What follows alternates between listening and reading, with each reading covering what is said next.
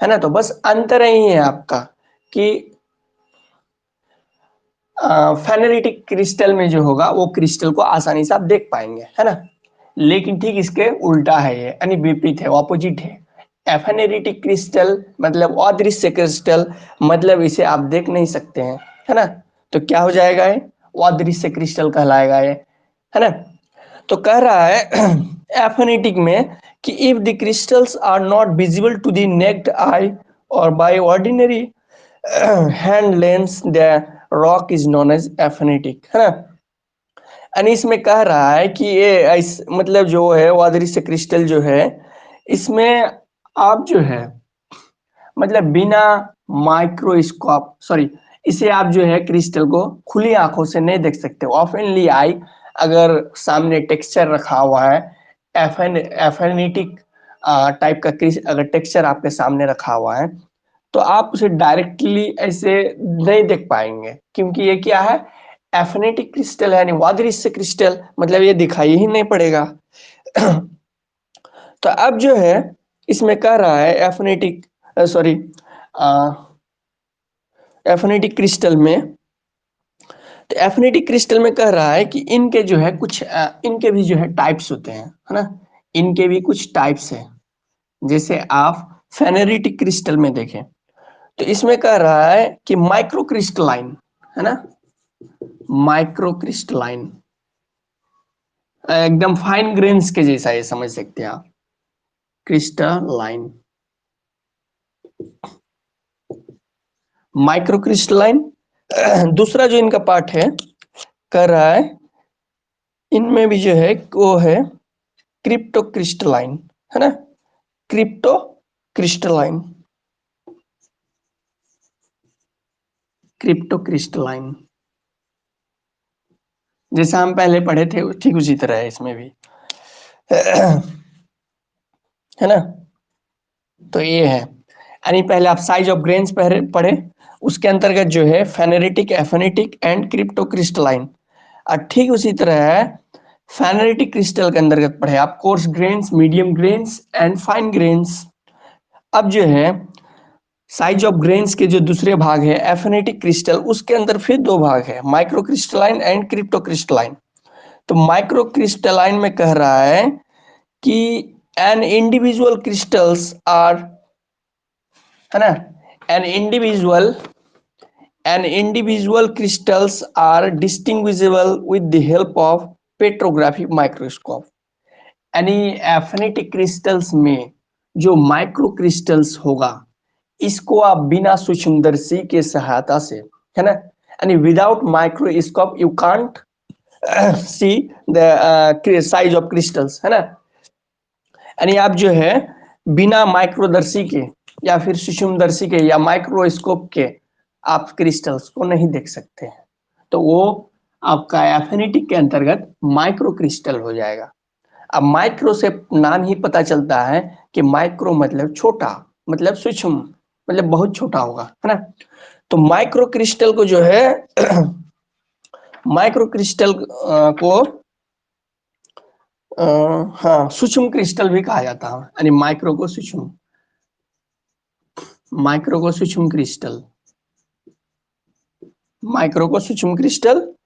और यहाँ पर जो क्रिप्टो क्रिस्टलाइन है इसका नाम हिंदी में हो जाएगा गुड़ क्रिस्टल। गुड़ क्रिस्टल बोले तो मतलब अत्यंत छोटा क्रिस्टल, है ना, क्रिस्टल। तो जो है माइक्रो क्रिस्टल में क्या होगा, यानी एफिनिटी क्रिस्टल के अंदर माइक्रो क्रिस्टल में आप बिना सूक्ष्मदर्शी यानी बिना माइक्रोस्कोप के आप इसे नहीं देख सकते हैं।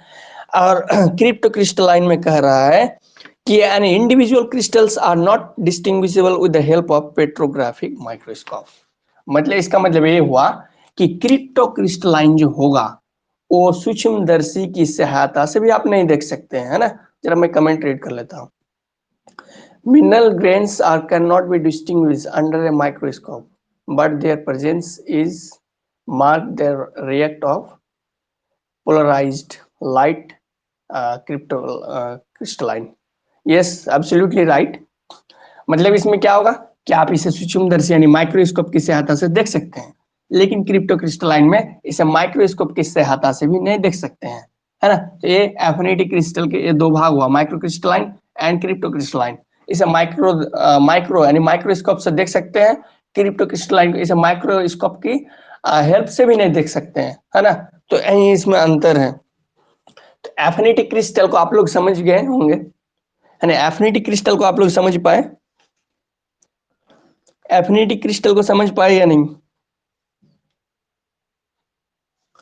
कमेंट बॉक्स में टाइप करके थोड़ा बताइए।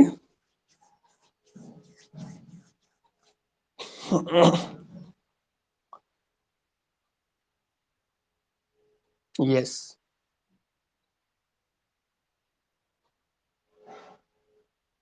सानिया समझ पाई? चलिए कमेंट में बता दीजिए। यस, हाँ देखिए ज्यादा अंतर नहीं है। एफिनिटी क्रिस्टल में क्या माइक्रो क्रिस्टल है, तो माइक्रो से नाम से ही पता चलता है, माइक्रो मतलब छोटा, यानी एम का माइक्रो और एम फॉर माइक्रोस्कोप, है ना। तो माइक्रोस्कोप की ये हेल्प से देख सकते हैं, और क्रिप्टो क्रिस्टलाइन में ये माइक्रोस्कोप की सहायता से भी नहीं देख सकते हैं, बस यही अंतर है। तो ये तो हुआ आपका एफिनिटी क्रिस्टल्स। और तीसरा जो बचा लास्ट में वो है आपका crypto crystalline. Any size of grains।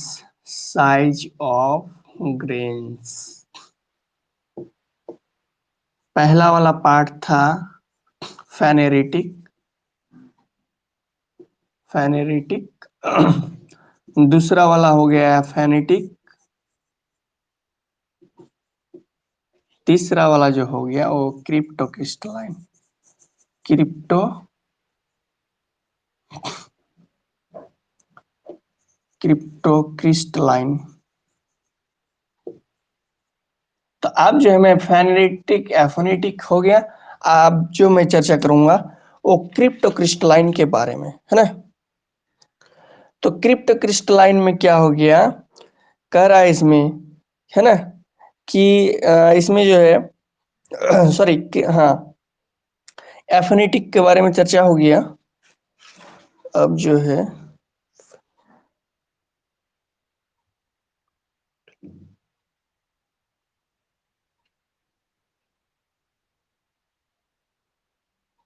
Petrographic, sorry एक चीज जो है यहाँ आपको कंफ्यूज नहीं होना है, थोड़ा सा मैं नोट्स में जो है गलती लिख दिया हूँ, आप लोगों को माइंड नहीं करना है। तो ये फेनेटिक क्रिस्टल जो है और एफिनिटिक क्रिस्टल्स यानी साइज ऑफ ग्रेन्स के जो है ना तीन भाग होता है, सॉरी दो भाग होता है, एक फेनेटिक और एक एफिनिटिक, है ना। इस क्रिप्टो क्रिस्टलाइन को जो है इसी का पार्ट्स रखा गया है ना, क्रिप्टो क्रिस्टलाइन। इसको मैं फिर से जो है एफिनिटिक के अंतर्गत ना रख के फिर से मैं अलग से लिख दिया था, है ना। कभी कभी क्या होता है कि कुछ किताब से वगैरह में जैसे फेनेटिक हो गया, एफिनिटिक के बारे में चर्चा किया, फिर जैसे उसके अंतर्गत माइक्रो क्रिस्टल चर्चा किया, फिर क्रिप्टो क्रिस्टल चर्चा किया, तो कभी कभी फिर जो है अलग से भी चर्चा कर देता है ना, इसलिए आपको कंफ्यूज नहीं होना है। वंस अगेन और एक्चुअली मैं जो है यहाँ गलती से मैं लिख दिया था कि ये साइज ऑफ ग्रेन्स को जो है दो भाग होता है ना, एफिनिटिक एंड फेनेटिक। और तीसरा जो भाग मैंने क्रिप्टो क्रिस्टलाइन लिखाया था, क्रिप्टो क्रिस्टलाइन, वो crypto crystalline and micro crystalline इस एफिनिटिक क्रिस्टल के अंतर्गत ही जो है स्टडी किया जाता है ना, कंफ्यूज नहीं होना, है ना। तो इस साइज ऑफ ग्रेन्स को जो है उनके साइज के आधार पर उसे दो भागों में, फेनेटिक एंड एफिनिटिक, है ना। क्रिप्टो क्रिस्टलाइन जो होगा ये एफिनिटिक क्रिस्टल का पार्ट होगा, है ना। तो चलिए एफिनिटिक के बारे में हो गया। अब जो है मैं तीसरा के बारे में चर्चा करूंगा, यानी शेप ऑफ क्रिस्टल्स के बारे में, शेप ऑफ क्रिस्टल्स के बारे में, शेप ऑफ क्रिस्टल्स, क्रिस्टल, है ना। यानी शेप ऑफ क्रिस्टल्स बोले तो ये जो है आपका क्रिस्टलों की आकृति को दर्शा रहा है ना, क्रिस्टलों की आकृति को दर्शा रहा है, क्रिस्टलों की आकृति, क्रिस्टलों की आकृति, है ना। तो शेप ऑफ क्रिस्टल्स यानी क्रिस्टलों की आकृति को दर्शा रहा है। और इसमें कह रहा है इसमें जो है कह रहा है कि ये जो है शेप ऑफ क्रिस्टल्स यानी क्रिस्टल की आकृति, इसके अंतर्गत जो भी क्रिस्टल होगा है ना, उस क्रिस्टल जो है ज्यामिति बॉक्स के रूप में होगा, यानी ज्यामिति फिगर के रूप में, यानी जियोमेट्री फिगर के रूप में। जियोमेट्री फिगर बोले तो जैसा कि आप यहाँ देख पा रहे हैं, मैं यहाँ एक फिगर ड्रॉ कर रहा हूं।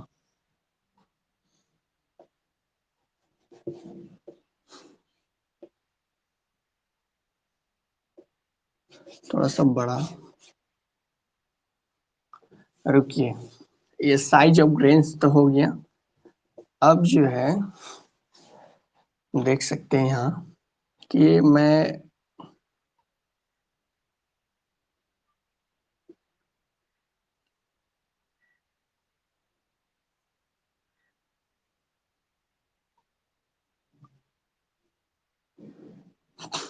देख पा रहे हैं इसे जो है ना, यही जो है जियोमेट्री फिगर है एक, है ना।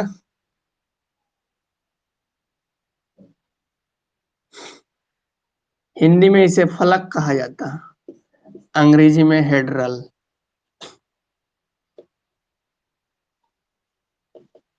है ना। तो कहीं ना कहीं ये क्या है, ये जो है जियोमेट्री एक फिगर है और इसका नाम है क्या, हेड्रल या फलक, है ना। तो इस हेड्रल या फलक में क्या है कि इसी शेप ऑफ क्रिस्टल्स को दर्शा रहा है ना।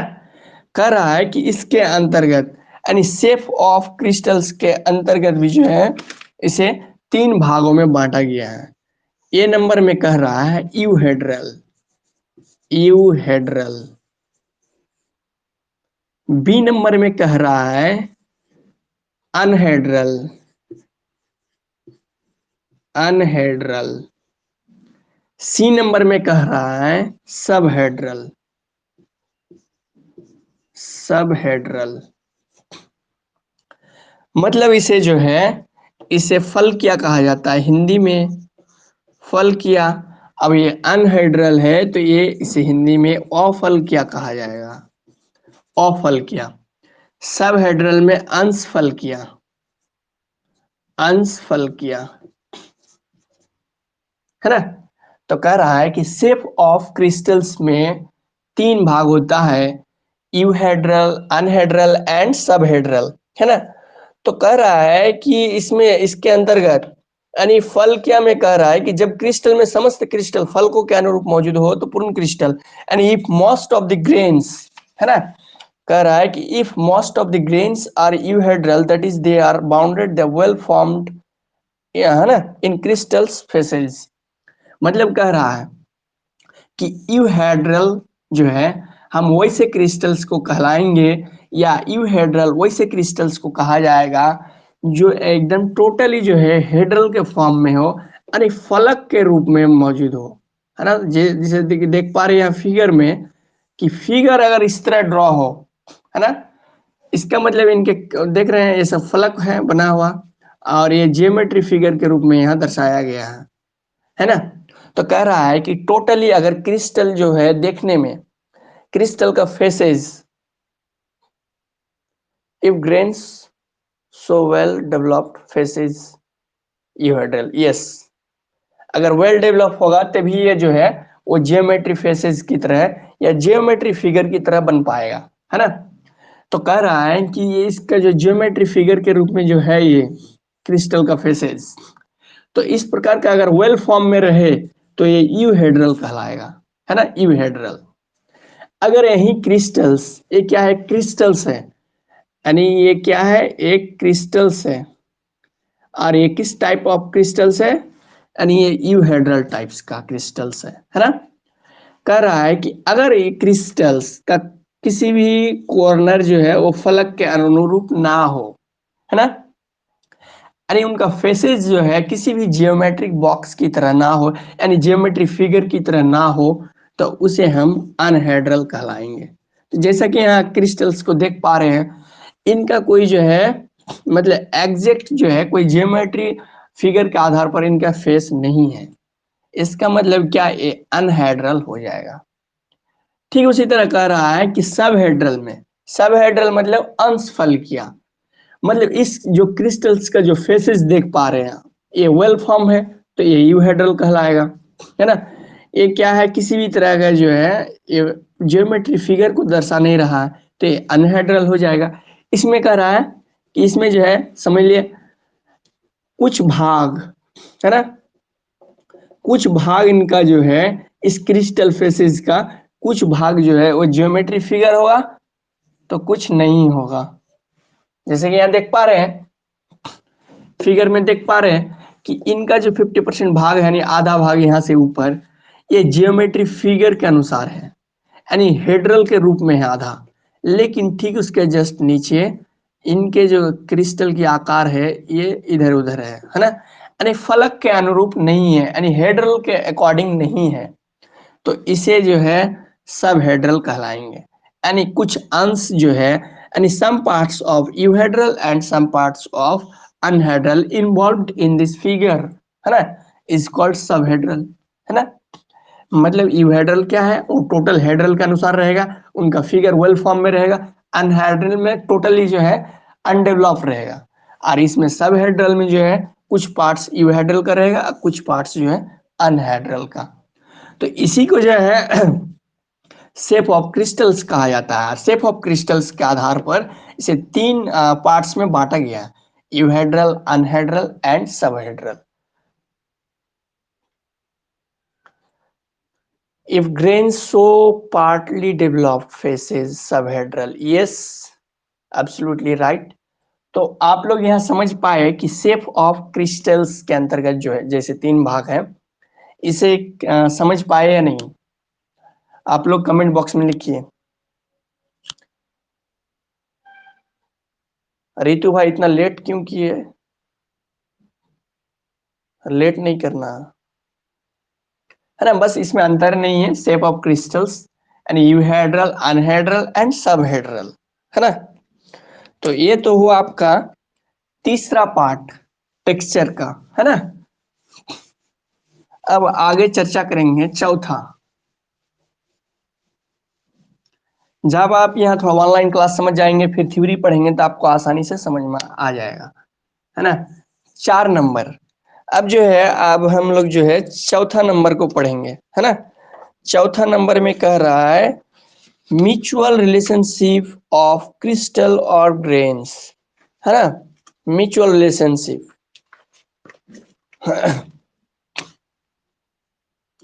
आज जो है आपका टेक्सचर खत्म, mutual relationship, mutual relationship, mutual relationship of crystals, crystals या आप ग्रेनुलर ग्रेन्स भी कह सकते हैं, ग्रेन्स। म्यूचुअल रिलेशनशिप इसे हिंदी में कहा जाता है कि क्रिस्टलों या कांच या द्रवों का पारस्परिक संबंध, है ना। हम सिंपली वर्ड यूज करते हैं क्रिस्टलों का पारस्परिक संबंध, पारस्परिक संबंध, पारस्परिक बोले तो गहरा संबंध, है ना। तो कह रहा है कि म्यूचुअल रिलेशनशिप ऑफ क्रिस्टल्स और ग्रेन्स मतलब दो क्रिस्टलों का आपस में जो है, सर माइक्रोस्कोप से किसको देख सकते हैं भाई, माइक्रोस्कोप से किसको देख सकते हो, देखो माइक्रोस्कोप, है ना, ये क्या है, इसे हिंदी में सूक्ष्मदर्शी कहा जाता है ना। अब माइक्रोस्कोप क्या है, यहाँ एक यंत्र है ना, क्या है, एक यंत्र है, मशीन है। इससे माइक्रोस्कोप की हेल्प से यानी माइक्रोस्कोप के मदद से आप वैसे पदार्थ को देख सकते हैं, माइक्रोक्रिस्टलाइन, यस, माइक्रोक्रिस्टलाइन।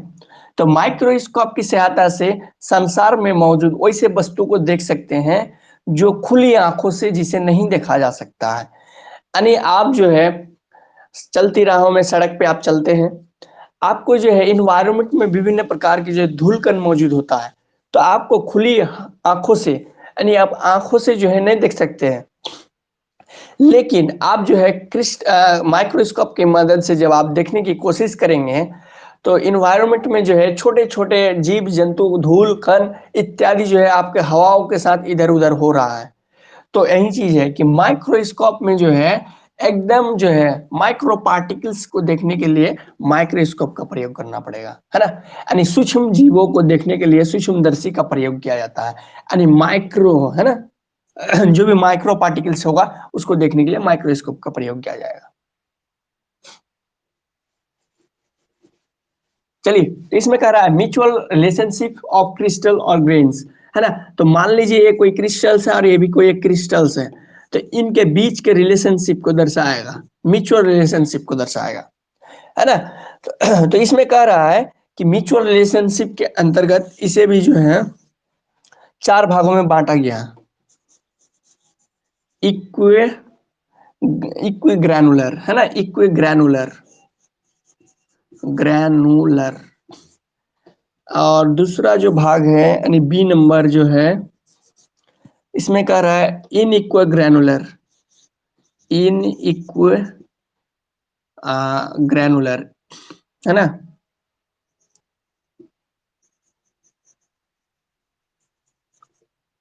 सी नंबर में जो है, सी नंबर में जो है वो है आपका डायरेक्टिव टेक्सचर, है ना। इसे भी टेक्सचर लिख दीजिए, टेक्सचर, है ना। इन इक्व ग्रैनुलर टेक्सचर, और इसे जो है डायरेक्टिव टेक्सचर, डायरेक्टिव टेक्सचर। चौथा जो है intergrowth texture, D number, intergrowth, GROWTH, intergrowth texture.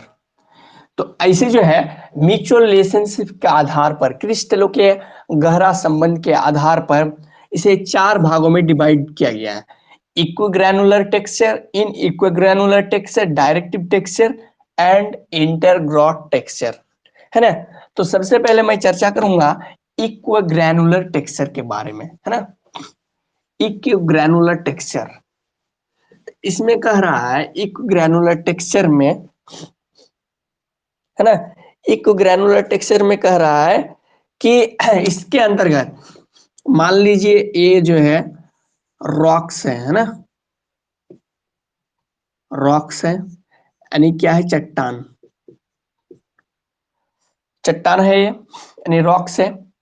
तो इस रॉक्स या चट्टान के अंतर्गत वैसे टेक्सचर इग्नियस रॉक के अंतर्गत, एक क्या है एक तरह से इग्नियस रॉक,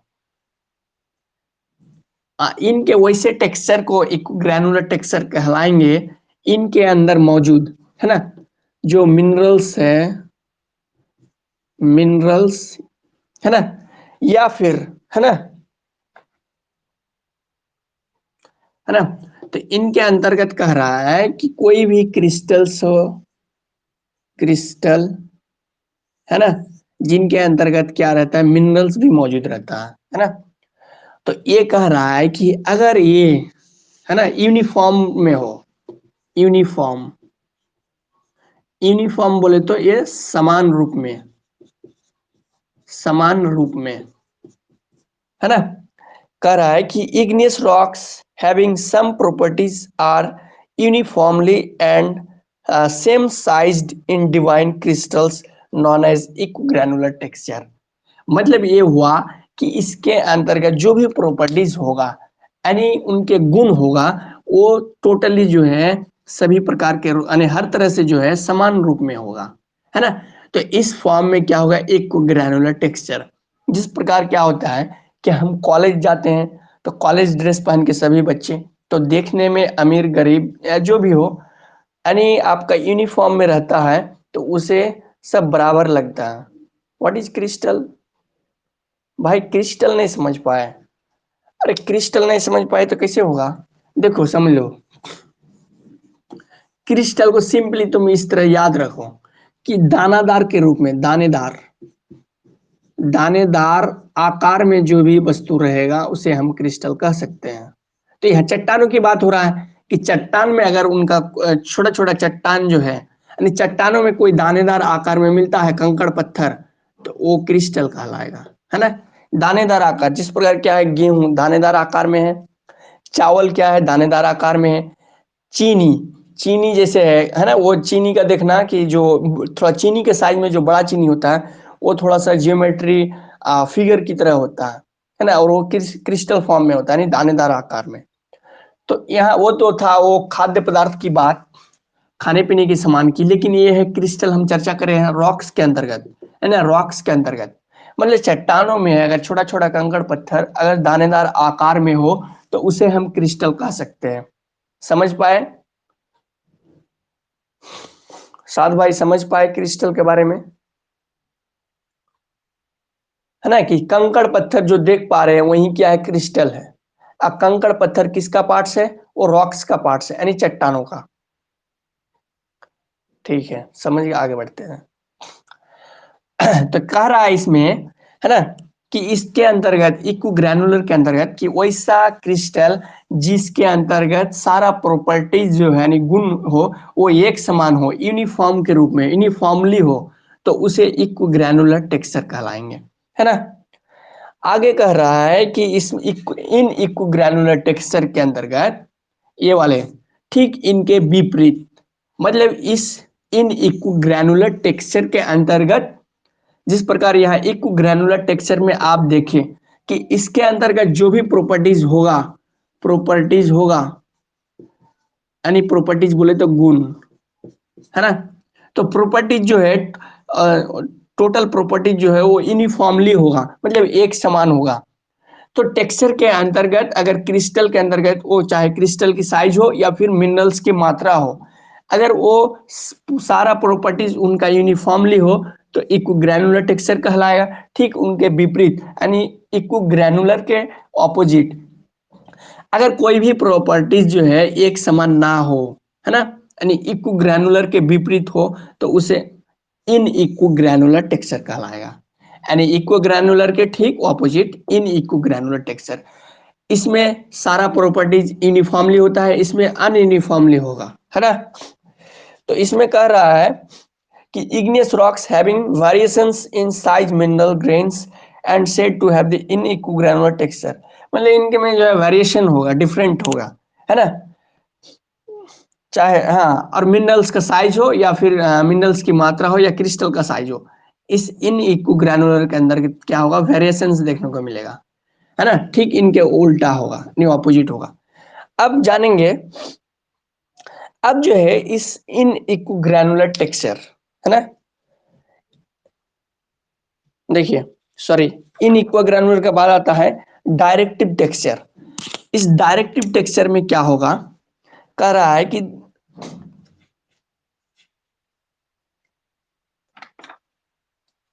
देखिए थोड़ा सा मैं सम का फिर बहुत इसे जो है इक्व ग्रैनुलर टेक्सचर को हिंदी में जरा मैं हिंदी में भी लिखना जरूरी है क्योंकि बहुत कोई हिंदी मीडियम से भी है। समकनिक कहा जाता है, समकनिक गठन, समकनिक गठन यानी इक्व ग्रैनुलर टेक्सचर को समकनिक गठन कहा जाता है। और ठीक ये इक्व ग्रैनुलर की जगह इन इक्व ग्रैनुलर है तो ये हो जाएगा वासमकनिक गठन, वासमकनिक गठन, है ना। तो समकनिक गठन हो गया, वासमकनिक गठन हो गया। अब जो डायरेक्टिव टेक्सचर के बारे में जो जानेंगे हम लोग, वो डायरेक्टिव टेक्सचर का मतलब हुआ दैशिक गठन, दैशिक गठन। तो दैशिक गठन में कह रहा है कि इनमें जो क्रिस्टल होगा, इनमें जो जो भी क्रिस्टल होगा टेक्सचर के अंतर्गत वो समानांतर क्रमों में होगा, है ना, समानांतर यानी फ्लैट रूप में होगा, है ना। इसका डेफिनेशन कह रहा है इसके अंतर्गत डायरेक्टिव टेक्सचर में कि the textures produced as a result of flow of lava during their consolidation, है ना, और लावा द डायरेक्टिव टेक्सचर, मतलब ये हुआ कि इस वैसा गठन जिसमें क्रिस्टल काय है ना, इस प्रकार के रूप में जमा रहेगा, देख पा रहे हैं, यानी ये पैरेलल के रूप में अगर रहेगा टेक्सचर, है ना, अगर टेक्सचर के अंतर्गत जो है क्रिस्टल अगर पैरेलल रूप में रहेगा, तो इसे जो है हम डायरेक्टिव टेक्सचर कहलाएंगे, है ना, पैरेलल, यानी इस फॉर्म में, है ना, समानांतर क्रमों में, यानी ये एक लाइन हुआ, ठीक इनके नीचे उसी के समान अगर एक लाइन में और खींच दिया स्ट्रेट लाइन, तो यही आपका पैरेलल हो गया, है ना। तो ठीक उसी प्रकार जैसा कि मैं यहाँ दो लाइन खींचा, मैं स्ट्रेट लाइन, ठीक उनके नीचे एक लाइन खींचा, तो इसे हम पैरेलल कह सकते हैं। तो ठीक उसी तरह अगर क्रिस्टलों को भी जो सजावट अगर पैरेलल फॉर्म में हो, तो हम उसे डायरेक्टिव टेक्सचर कहलाएंगे, है ना। मतलब टेक्सचर के अंतर्गत क्रिस्टल अगर पैरेलल फॉर्म में जो है एक दूसरे के आसपास अगर जम जाता है, क्रिस्टल बन जाता है, तो यानी लावा फ्लो, देखिए मैं थोड़ा सा और डेप्थ में जाता हूं। ये जैसे मैग्मा चेम्बर हुआ, यहाँ पर लिक्विड में, और ये जो है आपका क्रस्ट हुआ, यानी भूसतह हुआ, भूसतह हुआ। तो मान लीजिए यहाँ से मैग्मा फ्लो हो रहा है, फ्लो हो रहा है, फ्लो हो रहा है, और यहाँ आके जैसे जम गया, है ना, यहाँ के इधर उधर फैल गया। तो इन चट्टानों के अंतर्गत जैसे है क्रिस्टल, अगर अगर क्रिस्टल बन रहा है चट्टानों के भीतर और वो पैरेलल फॉर्म में जम रहा है, पैरेलल फॉर्म में अगर कूलिंग हो रहा है लिक्विड मैग्मा, तो इस टाइप्स के टेक्सचर को जो है डायरेक्टिव टेक्सचर कहलाएंगे। तो डायरेक्टिव टेक्सचर आप लोग समझ पाए, डायरेक्टिव टेक्सचर समझ पाए आप लोग? डायरेक्टिव टेक्सचर समझ पाए? बाकी लोग भी बोले।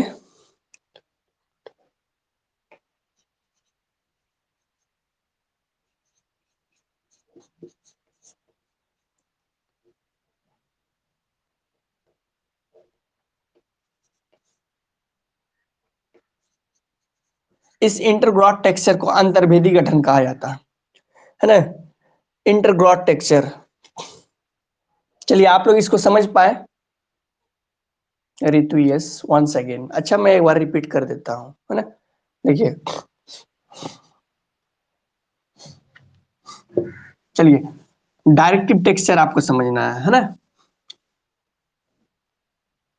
तो डायरेक्टिव टेक्सचर, मैं जो है एक क्या है, एक स्ट्रेट लाइन खींचा मैं, यानी एक सीधी रेखा खींचा, है ना, एक सीधा लाइन खींचा मैंने सिंपली, ठीक उनके नीचे जो है उन्हीं के दिशा में, उन्हीं के समान, यानी इनका सॉरी इनकी लंबाई यानी length of this straight line अगर मान लीजिए कि 10 सेंटीमीटर है, तो ठीक इनके नीचे भी जो मैंने स्ट्रेट लाइन खींचा, इसका भी 10 सेंटीमीटर होगा।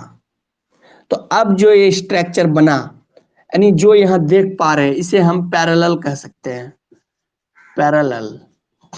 हिंदी में बोले तो समानांतर, समानांतर क्रम, है ना, पैरेलल फॉर्म यानी समानांतर क्रम। अगर मैं एक लाइन और भी खींच दिया इधर, ठीक इनके सामने, यानी एक समान, जो भी होगा एक समान होगा, तो इसे भी हम पैरेलल कह सकते हैं, इसे भी हम पैरेलल कह सकते हैं, है ना। तो ठीक इसी तरह जो है, अब जो है इसे आप स्ट्रेट लाइन भूल जाइए, है ना, भूल जाइए आप कि ये स्ट्रेट लाइन है। अब जो है ये क्या है, रॉक्स है, क्या है, रॉक्स है, रॉक्स, रॉक्स बोले तो चट्टान, है ना, यानी बोल्डर्स, पत्थरों का जो बड़ा बड़ा जो है समूह, है ना, तो रॉक्स यानी ग्रुप ऑफ बोल्डर्स। तो ये जो है समझ लीजिए ये क्या है, आप, मैं थोड़ा सा पहाड़ के रूप में स्ट्रक्चर बना देता हूँ, है ना। अब जो है इसके अंतर्गत अगर जो है क्रिस्टल मतलब कि कंकड़ पत्थर यानी चट्टानों का छोटा समूह अगर जो है वो दानेदार आकार में रहे, तो उसे हम लोग क्रिस्टल कहेंगे, है ना, क्रिस्टल कहेंगे।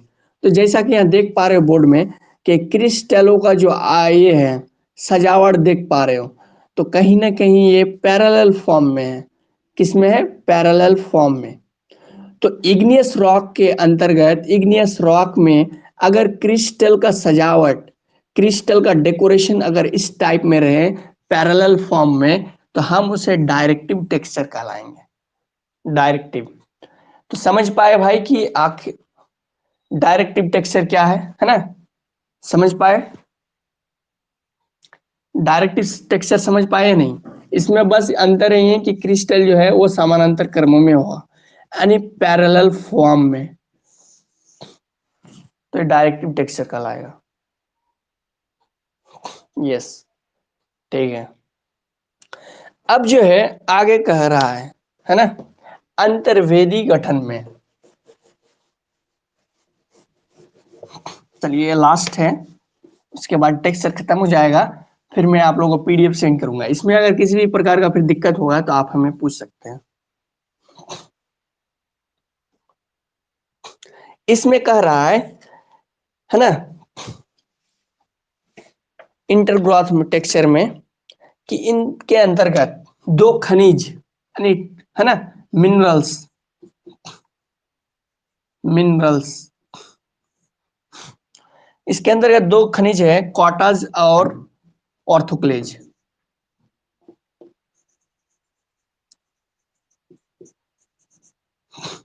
क्वार्टाज एंड ऑर्थोक्लेज, ये क्या है? मिनरल का नाम है ना? Name of minerals quartz and orthoclase. तो इसके अंतर्गत कह रहा है कि इनके अंतर्गत दो मिनरल्स है ना? अब दो मिनरल्स, है ना, दो मिनरल्स क्या करेगा? अब जो है मान लीजिए ये जो है रॉक्स का जो है ये भाग है, यानी ये क्या, रॉक्स है ना? तो रॉक्स के अंतर्गत एक क्वार्टाज है और ये दो ऑर्थोक्लेज है। तो अब क्या होगा कि यहाँ से मैग्मा ऊपर उठ रहा है ना, और ये भूसतह हो गया, यानी क्रस्ट हो गया। तो इधर से लिक्विड मैग्मा ऊपर जा रहा है और ऊपर आके इधर लावा के रूप में फ्लो हो गया, यानी लावा के रूप में इधर उधर बिखेर गया। जैसा कि मैं पहले आप लोगों को बताया हूं कि लिक्विड मैग्मा के जो मैग्मा चेंबर में विभिन्न प्रकार के गैसेस मौजूद है और मिनरल्स मौजूद है, यानी खनिज संगठन मौजूद है।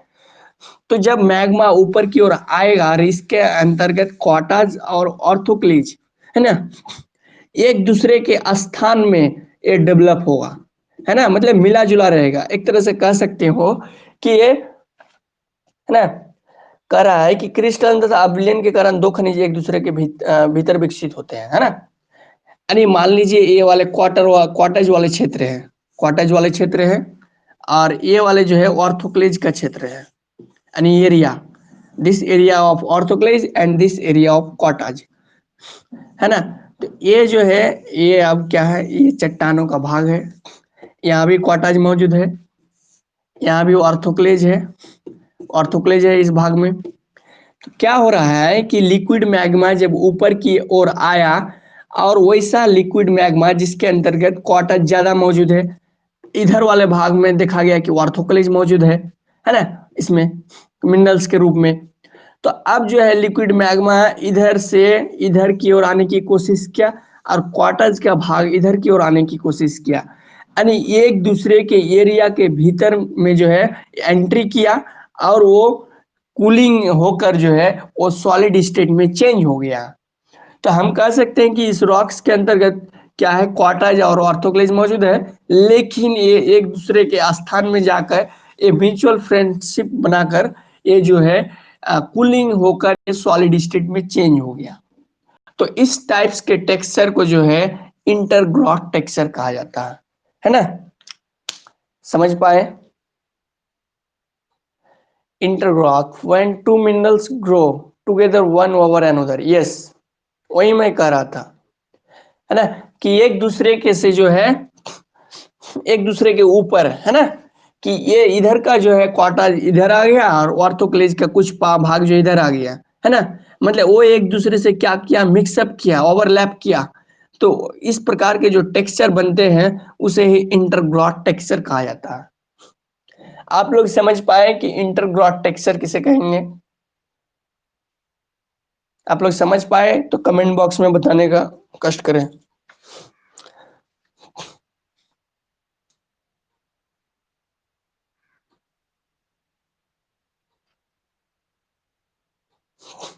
हाँ, इसमें बस ये है कि ये एक दूसरे से के ऊपर क्या करेगा, ओवरलैप करेगा, दो मिनरल्स है ना, क्वार्टज एंड ऑर्थोक्लेज, या कोई भी टू मिनरल्स अगर वो एक दूसरे से इस तरह ओवरलैप करके स्ट्रक्चर बनाता है तो उसे इंटरग्राफ टेक्सचर कहेंगे। यहाँ से जो है आपका टेक्सचर ऑफ इग्नियस रॉक खत्म हो जाता है ना, टेक्सचर ऑफ इग्नियस रॉक आपका खत्म हो गया। और ये वाला क्वेश्चन जो है इस साल के लिए इंपॉर्टेंट है और इससे 10 मार्क्स का आता है, 10 मार्क्स का आता है।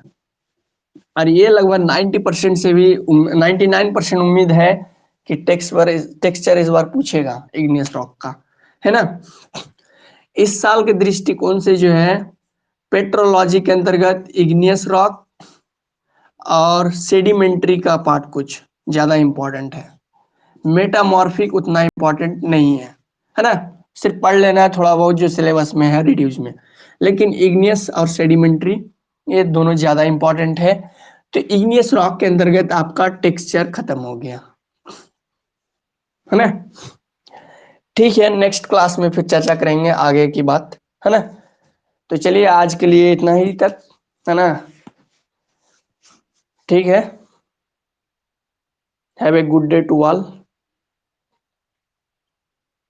Okay, bye bye.